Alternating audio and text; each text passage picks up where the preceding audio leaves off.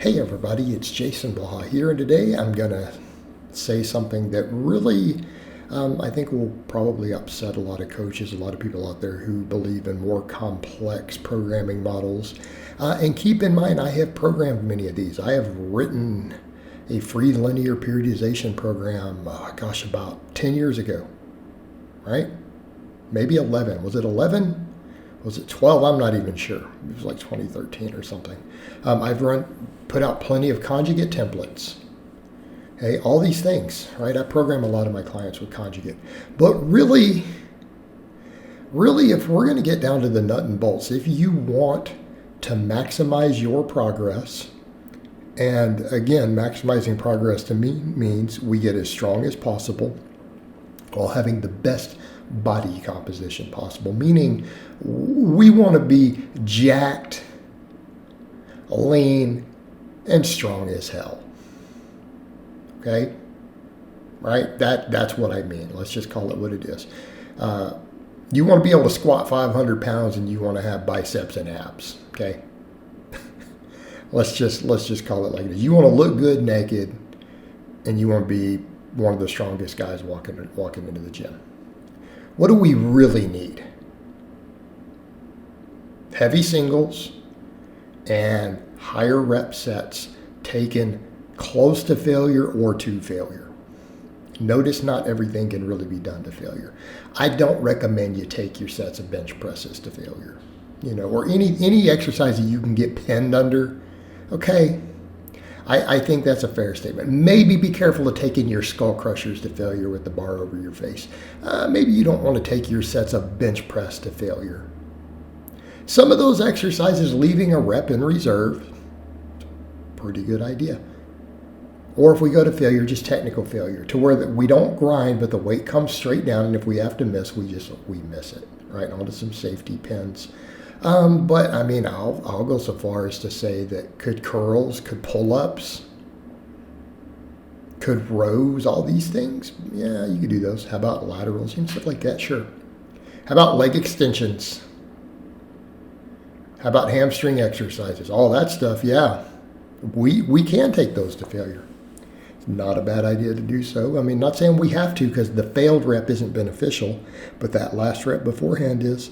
And if our goal is to be efficient, we know that a relatively small number of sets taken to that limit can actually produce very fantastic amounts of muscle growth. Okay?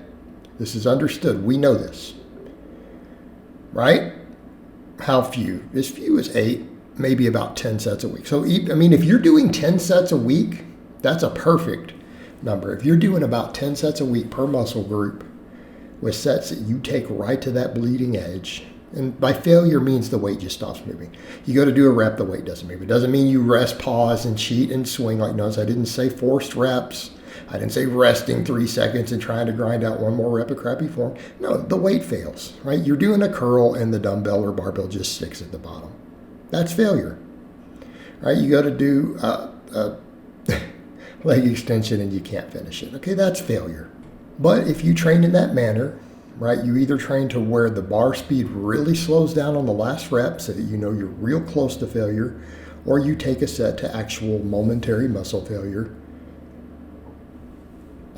you know that you have recruited and fatigued all the available muscle fibers for that set, okay? Anything beyond that, I think people forget this. They're like, oh, there's more muscle fibers. No, there really isn't.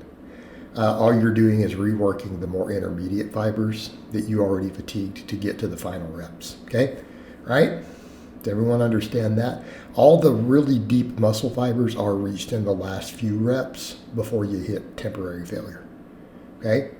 And I want to be clear, so people think, oh, rest pause is rest pause is just reworking the same muscle fibers that you did the first few reps with, because they've recovered enough to do a couple more reps or to do a half rep.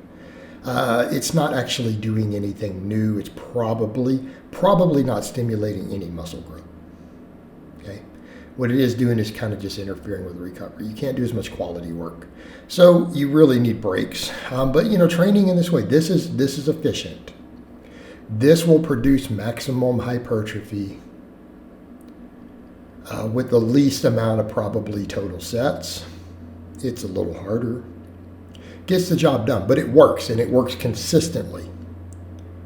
All right. Why the heavy singles? Because that's what gives you the most strength. And I want to be again clear here. Doing one rep with a weight that's around 90% or slightly more of your max is the most efficient way to increase strength. All right, multiple reps will never increase maximum strength the same way that a single rep can. All right? Again, the same fatigue, same injury risk, all that stuff is actually higher. Single reps, that carries over to a one rep max strength the most. It carries over to maximum force production the most. We also know based on the data that going really much above 90% doesn't actually recruit more motor units or more muscle fibers. It really doesn't. And it may cause you to slow more, may degrade the set more. So again, if we're trying to maximize strength, we obviously want to get jacked from the other stuff, and then we want to have our neural drive high. Singles do it in the most efficient manner and done just below a max, so slightly lighter than a max. Gives you the same training benefit with the lowest risk of injury while training good technique. Right? It is the most efficient way to maximize your strength with the least injuries occurred and feeling the least beat up. And I want to be clear, it is better than doing a heavy triple or heavy 4, heavy 5. That's actually where more of your injuries occur. That's where more fatigue occurs. Just heavy singles. Nice, again, heavy singles, not all out 100% max. In other words, around 90%, maybe a little more. So if your max is 500, anything in that 450, maybe up to about 460, that is really a nice sweet spot. Okay? And you don't have to do a lot of it. You really don't. 1, maybe 2 reps per workout. Total. 2, like I'm saying, sometimes if you're doing a second exercise, I don't think you always have to do that. All right, that will maximize it. All right, this is very simple. Now, the technique, the amount of volumes, making sure we're thoroughly working muscles through the correct angles, that's a little more nuanced, especially for your own biomechanics. But the idea is fairly simple. It's time proven, it works, it's efficient, it's effective. All of this has also relatively low injury risks. Okay? Also relatively easy on recovery. Giving you guys a cheat code. All right, guys, but that's really all I have to say on that today. I hope it's been informative, and I'll talk to you guys next time.